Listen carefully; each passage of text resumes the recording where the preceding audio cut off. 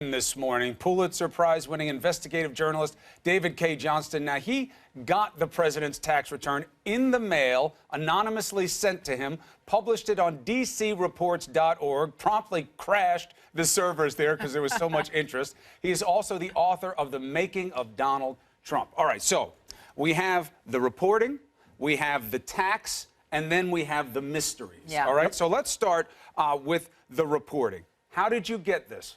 It just came in the mail to my home. I was down in Palm Beach looking at Mar-a-Lago when I got a phone call from one of my grown children that this had come in the mail to my house in Rochester, New York, and I hightailed it up to New York City. You don't know who sent it to you? No. You didn't solicit it? Nope. You didn't ask anybody for it? Correct. But it had two very important words on it. Client copy. What does that tell you? Well, it tells me that, first of all, it didn't come from the Internal Revenue Service, which probably got it electronically. It came probably from someone who was given that copy either because they worked in the accounting firm that worked on this, the accounting firm has no comment, or it was produced in litigation, or was produced for some regulatory proceeding, and somebody had access to it. And I think the reason they probably sent it to me is because I've written so much about negative incomes and how they're used by wealthy people not to pay taxes, and the alternative minimum tax. Do you think it's possible that it was sent to you by the president? Yes. Donald has a long history of leaking things about himself and doing it directly and indirectly, so it's a possibility. The anger with which the White House responded suggests to me not likely, however. It's when something gets leaked he's happy about, he doesn't complain. Although they did have their game together in uncharacteristic fashion here. When they found out that this was coming out, they put out a response that nailed exactly how to play this, and they don't always do that. Actually, they behave pretty unethically for people in the White House press office because I sent them the document. And they proceeded then to give out the information in it to competing news organizations. Professional PR people don't do things like that. I've never had a White House, and my experience goes back 50 years, do something like that. Join the club. So yeah.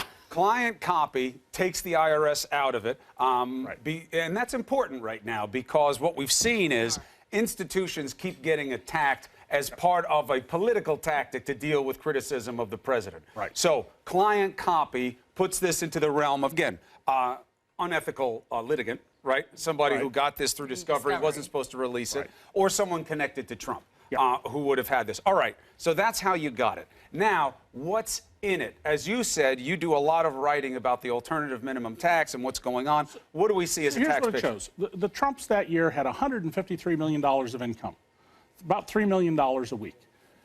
They also, though, took $103 million of negative income, and I believe that's from a tax shelter that the president bought. What is negative income? It's reverse numbers. You know, you're in the hole. And so you've lost money. That's right. And in Trump's case, he shouldn't have the negative income. He didn't pay back banks about $918 million. The banks took that loss. But the president bought a tax shelter that allowed him to take it as well, double taking the loss. And I Legal. think the Republicans in Congress shut that off the minute they learned about it. But you know what they do? They let the people who already bought the tax shelter keep their ill-got tax savings. So legal, but they changed the law subsequently. That's correct. So this, anyhow, the president, if we only had the regular tax system, we have two tax systems for wealthy people, regular and AMT. All of us in this room were on AMT. Yeah.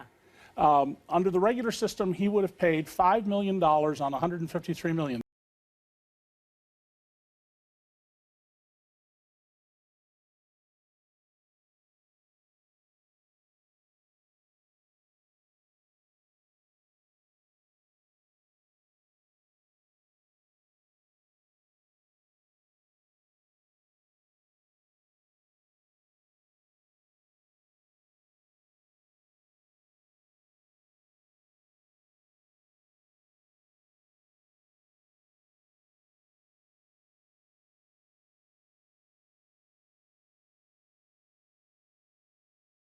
Talking about it before the show. You can't blame Trump for the existing system. He was just working the system as everybody else does who doesn't want to pay a penny more than they have By the way, liberals and conservatives follow the tax code. Was there anything in there, David, that went to charitable giving, that went to schedules that shows foreign asset structure or debt service? No, we do know this was the 1 year out of the last 15 or so that the president did make a gift to his own charity. He gave $660,000.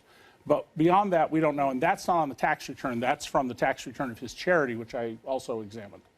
So this was the right year to get in terms of Trump's own interest, right? That's part of the backlash here, Yeah. is that for a leak, this seemed to be pretty good for the president. Yes, it makes him look quite good. And also the numbers, if I'm right about the tax shelter, imply that his average income for the previous 10 years was $81.5 million a year.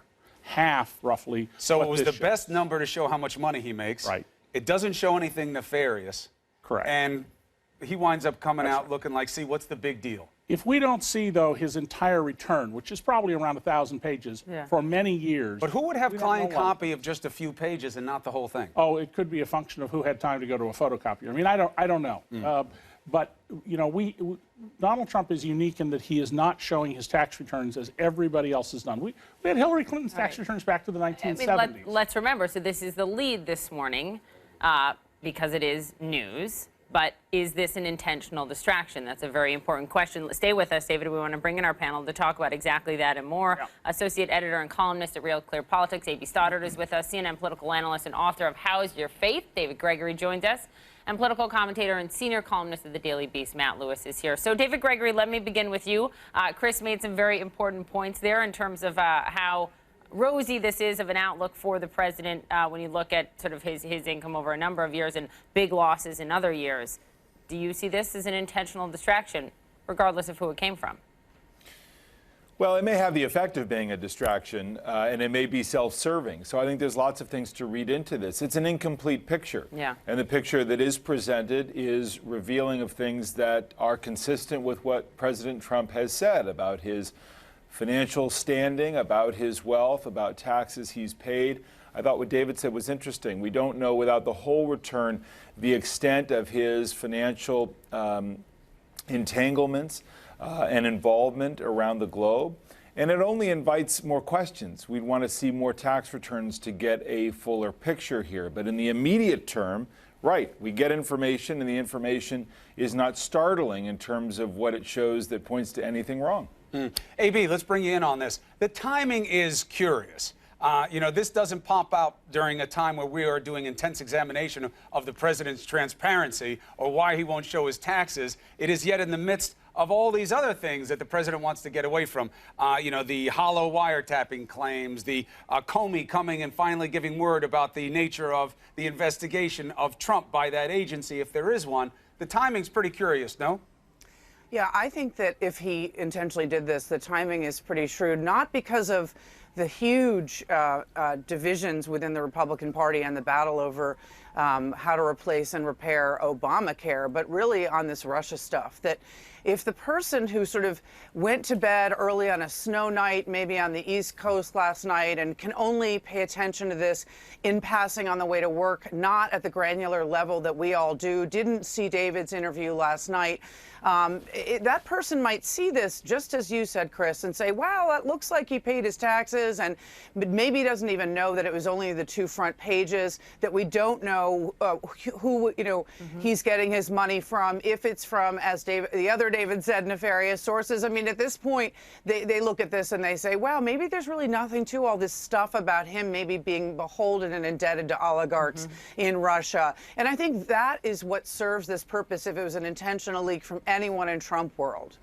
Yeah, 2 pages out of what David said would be more like 1,000. Matt Lewis, to you, what this does show us is that this White House can and is willing to put out the president's tax information. I mean, it does show us that. This is a president who said he would show his tax returns when the audit was over, never has. He could do it anyways. An audit doesn't prevent you from doing that. The White House now proves by putting out this statement ahead of He hasn't even given us proof he is under audit, by the way. Well, exactly, that they can put out his tax returns when they want to because they put the numbers out there. I just question the news value of this, right?